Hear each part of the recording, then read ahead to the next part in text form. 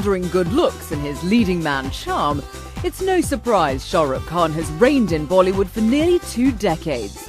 Starring in almost 70 movies, he's had a string of box office hits and was recently named among India's top 10 most powerful people.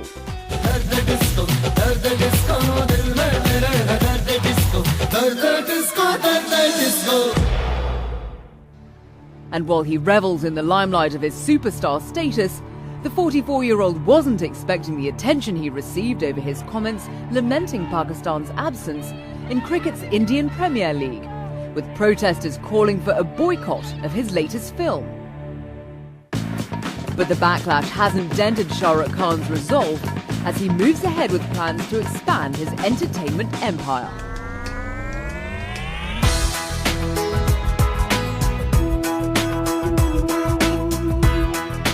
This week on Talk Asia, we're in the Bollywood capital of Mumbai to talk with the star about his career, that cricket controversy, and his refusal to kiss his co-stars.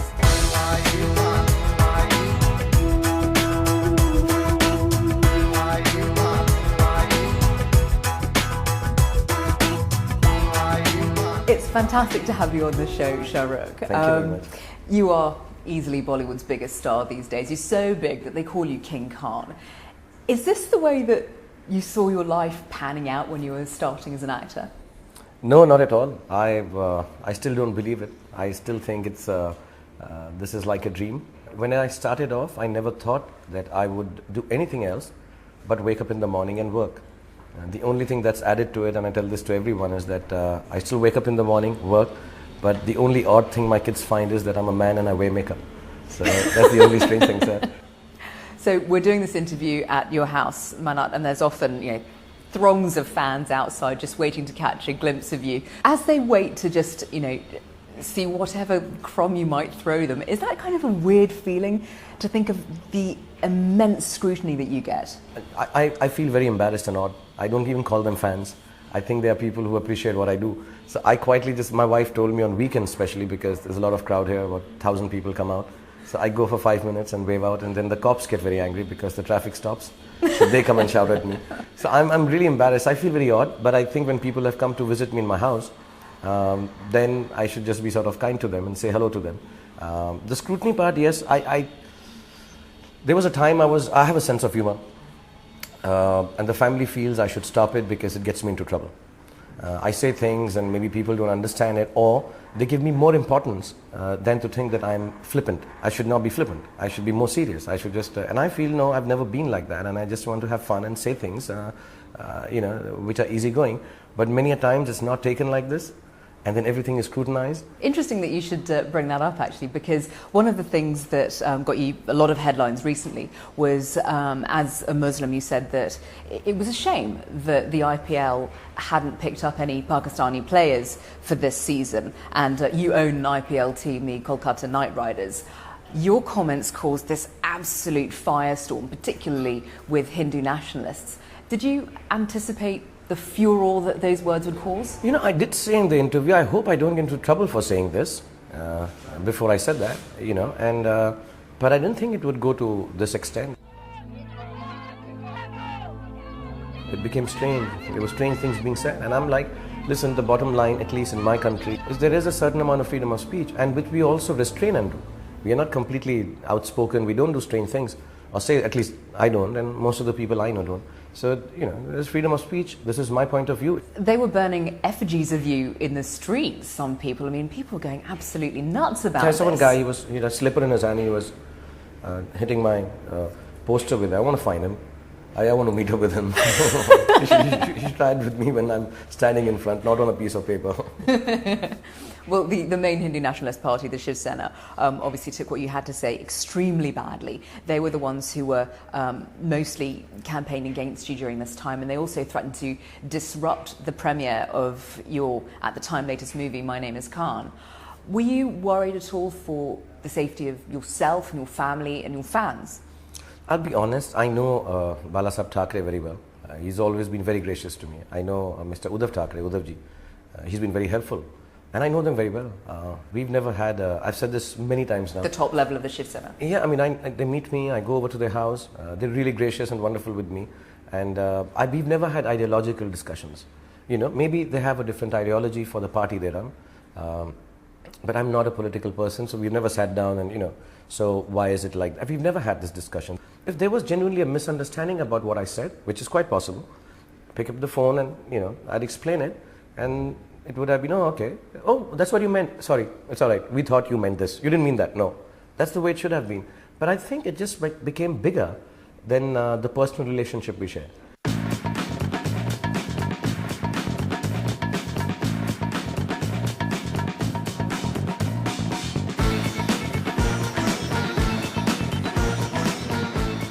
Your team, the Kolkata Knight Riders, hasn't had a terribly successful track record over the last couple of years. What do you think the prospects are for the team to do better this time round? See, the thing that I say, you're being very kind when you say that they haven't been doing terribly well. I'm diplomatic like that. Okay, thank you. See, first thing, I'll tell you, I'll be a little philosophical about this. The first thing is that I have to accept, and the team has to accept. The truth is, we haven't done well at all. We've accepted that. The second part is, it's very easy to do better. When you're in the 8th position and there are only 8 teams, you can't go worse than this. So we are going to do better. So I think what we try to do is get the Indian part of the team stronger. I think the senior guys like Ishant and Ganguly, they just need to get into the groove. And I think the main thing that Dav Watmore, the coach, and Dada have brought in this time is the fact that we are telling the young guys to just enjoy themselves. See, 2020 needs to be enjoyed. You know, when you see a Matthew Hayden play, he's enjoying himself. You know, I sense that you have to enjoy it. You just can't have the test match pressure on your head or even the one-day pressure on your head. You need to go and enjoy yourself, have a good time. So when the team was leaving, somebody turned around, one of the managers, and said, you know, we have to win only 7 or 8, and even if we lose 5, I said, we can't lose anymore. We've lost too many. We've lost for the next 4 years. So let's just go and win. So I think we will do better. I think we will do much better this year.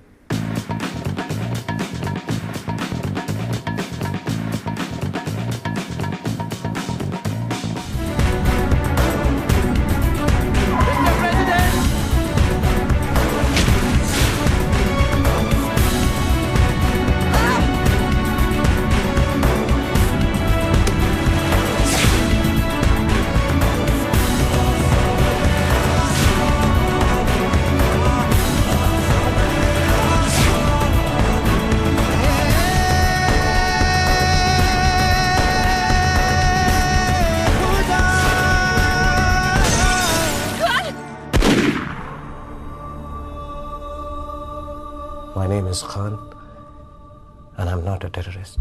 Let's discuss movies now, and specifically My Name is Khan, in which you play an autistic Muslim man in the US post 9/11. The film's done great, and particularly well in Islamic countries. Is that what your intention was? Were you trying to appeal to a Muslim audience? You know, I guess the fact that you choose, now that you say it, you said it so well, and I said, what a convoluted plot. An autistic Muslim man in America post 9/11. I'm like, oh. when you put it so simply, it sounds so complicated. See, no. I've never, you make a film normally for a universal set of people, the kind of films that I do especially. I would like everyone to see them. Within those films, I'll always try and put in a little bit of difference so that it appeals, maybe, like if you do about hockey, the hockey guys or girls will like it more. You do it about, say, I don't know, I mean, I've done a bad guy also recently. So when you do that, you think, okay, the youngsters like all this bad stuff, cool stuff, so they like it, But the intention was never like that. Though I do remember our wonderful distributors, Fox, they started saying that, we're going to release it like this in UAE, and we're going to do this film in Morocco like this, and Indonesia, and Malaysia. So I'm like, yeah, but why are they saying so specifically? Maybe they understood this part much better than we did, because yes, it's record-breaking in the Muslim countries. I never thought it would be like that. I really believe the film is about humanity. Because this was the latest collaboration between you and director Karan Johar. I mean, you've worked together on countless movies, but you're also best mates away from the set. What is it do you think? I mean, is it some sort of magic formula that you have that seems to help you to work together so well? I think the first thing is it's trust. That, I don't get into like if he's got a subject, when I gave him a book called The Curious Incident of the Dog in the Night. I think it's written by a gentleman called Haddon. I said, you should make a film with a little kid and who's autistic, and a story of a father and a son. Obviously, assuming if he took me as a father and then little child who's autistic, and then he comes up with a script where I'm autistic, and which has got this whole plot. So I'm like, this is a little strange, because when you make a film with me, as far as Karan and me are concerned, we normally make a little more commercially viable films. So he says, no, this is what I want to do. So I trust him. I trust him completely. Would you come with me, sir?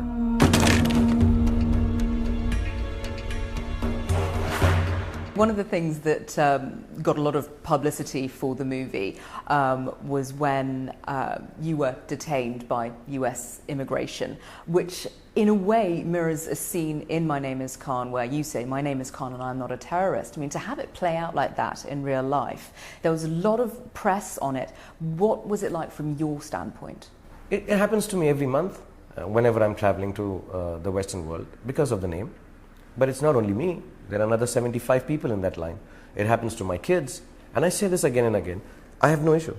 I have no issue with it personally, because this is the world we've created. This is how it is. I think what happened that evening or that day afternoon was that it just took a little longer. This was at the immigration for the first time. Normally it happens at the security. I think the processes just went wrong.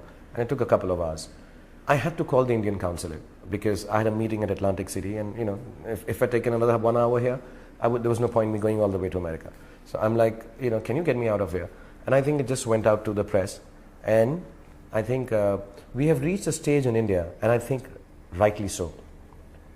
When a developing nation is on the threshold of coming out and inshallah taking over the whole world in terms of economics, in terms of politics, in terms of business, I think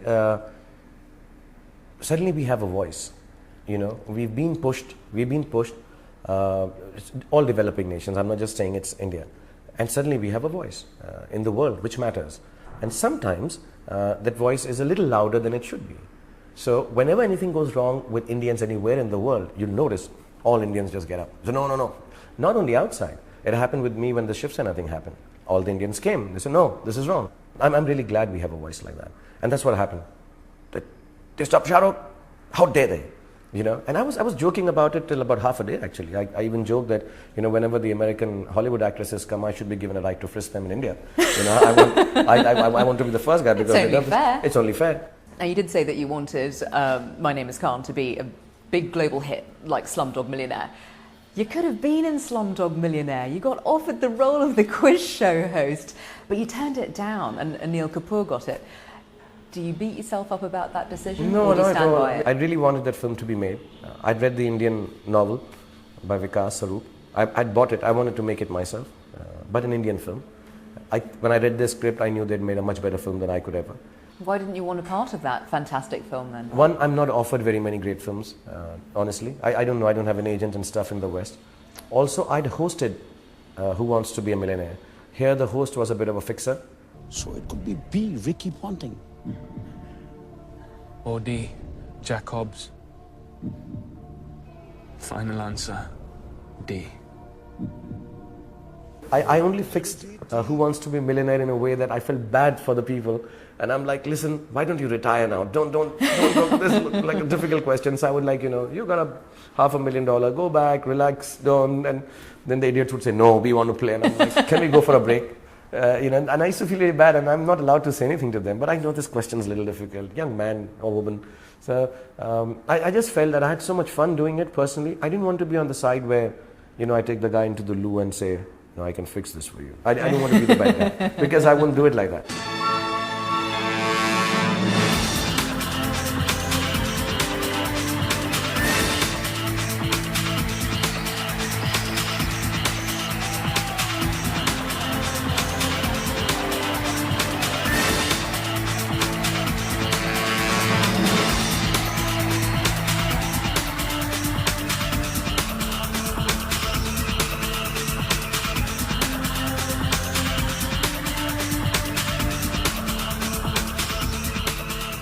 So let's talk about those days before you hit the big time. Although you were born here in India, your ancestral home is Peshawar, Pakistan, and both of your parents died before you had your first movie.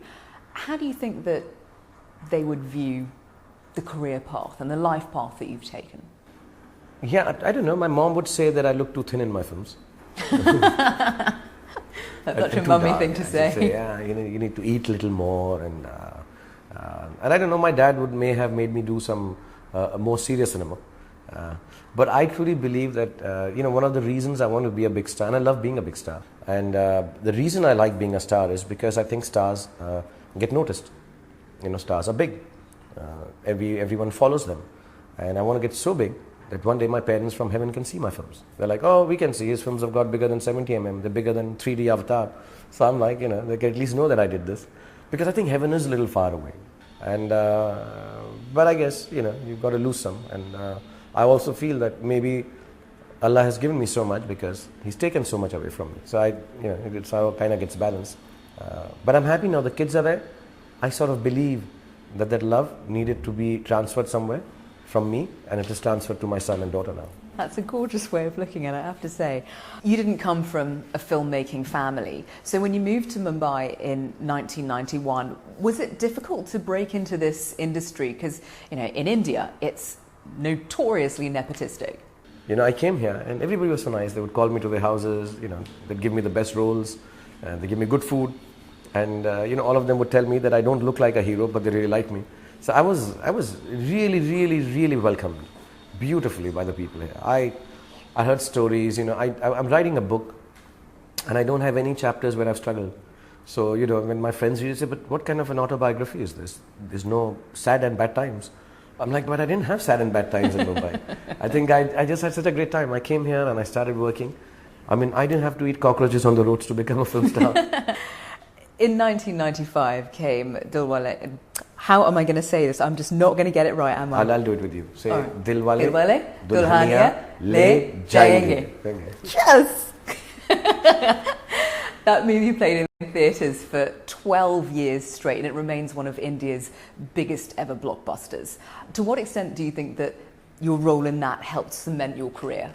I think the most, because I did all bad guys before that. And then my friend Adi, he was the assistant director for the bad guy films. And suddenly he said, I want to make a film. So I thought the film that he's going to write, this is now 15 years ago, actually, more than 12, yeah, it's 15 years, I think, yeah. That's amazing. Yeah, day before yesterday was 750 weeks. It was in the newspaper, so I saw it. So it's 14 and a half years, that means it's 15 years ago. I thought, here is my friend who's done this, who was the assistant director for making me play bad. And now he's going to do this really macho cool film. And I'm going to become Sylvester Stallone. And I will do this really cool film where I'll say, if you are the disease, I'm the cure. I'll be this tough guy. And he came to me and he said, can I come and narrate? And he's a very intense guy. I've done 3 films with him. And he says, and he's a close friend. He says, can I narrate? And I say, yeah. And he said, not unlike you, Dilwale Dulhania Le Jayenge. And I'm like, is that a fighting film? He says, no. It's a love story. And it was the most mushy, beautiful, sweet, funny love story. And I'm like, you can't do this to me. I've depended on you to become Sylvester Stallone. You cannot let me down. So, Dilwale Dulhania has actually turned me overnight from being one of the most macho stars to being a romantic, sweet, lovable kind of guy. And I've never been able to overcome that. It has been the biggest hit of my career in a certain sense. And I owe everything to it. But I also owe it the fact that I still haven't become a stud. That's what I wanted to be. I wanted to be a big guy with muscles and fight and beat up people. Now, back in 1993, when you did Maya Memsab, that was the last time that you agreed to kiss an actress on the lips, on screen. What happened? Bad experience? I'm basically very shy. And I have to really prepare myself to go and let myself go on a set. There's certain things I tried them, and then I started feeling very awkward doing them. Like laughing on screen. I find it extremely odd to laugh on screen. I find it extremely odd to use bad language. So I don't do a film like that. As stupid as it may sound. Directors tell me, but you say that in real life. I say, yeah, but I don't know. I just am not able to expose myself to this extent. And kissing and lovemaking is the other thing.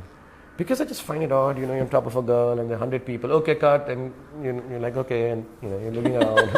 I don't know what to do. I just find it very, and I'm shy of women. I have this thing. So for me, it takes a lot to even do the romance part of it, or the flirting part of it. I'm warm with women, but the things that you do in a movie as an actor, at least say 10 years ago, what I was doing, it takes a lot for me to do. It's kind of hard to imagine somebody that's as shy as you say you are being, plastered all over every advert, every billboard. Oh my God, every magazine has your picture on it. Are there not some days where you just wake up and as much as you love the celebrity side of it, that you just go, oh, I just want to be anonymous today? No, I don't want to be anonymous. But the not shy even part... for 5 minutes? No. I don't want to be anonymous. I'm very honest about that. I love being recognized. I love people liking me. I love the fact that people scream when I go out. I think I miss all that when it's taken away. And I don't even think about it. I think that's why I work harder every year and every day and every month and every moment. That listen, just, I'm not standing and counting the people outside my house, but I don't want them to listen.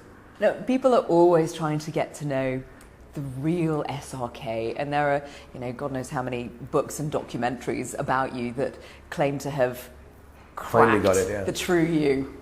Have any of them ever actually managed it? Do people know the real Shah Rukh Khan? I think I'm strangely happiest in front of a camera. Maybe the me is the one who doesn't come in front of the camera. And I discovered this about 15 years ago, that if I tell everyone everything about me, they'll actually stop asking me anything that is really important. They'll think, oh, we know him so well. Oh, we know what he eats. We know how he sleeps. We know how he does this. People now even know how I bathe. So it's okay. Everybody knows everything. So they don't ask me the things which really matter. And to be really honest, there is a part of me which I don't want anyone to know. I can never be me in front of a camera. And because I can't be me, then you won't know me as long as the camera's on. It's that simple as that, I think. I suppose we better turn the cameras off then. Yeah, and then nobody will know. I've had a tremendous time. Thank you very much indeed. Thank you This so has much. been God great. bless you. Thank you. Wonderful to see you. Thank you.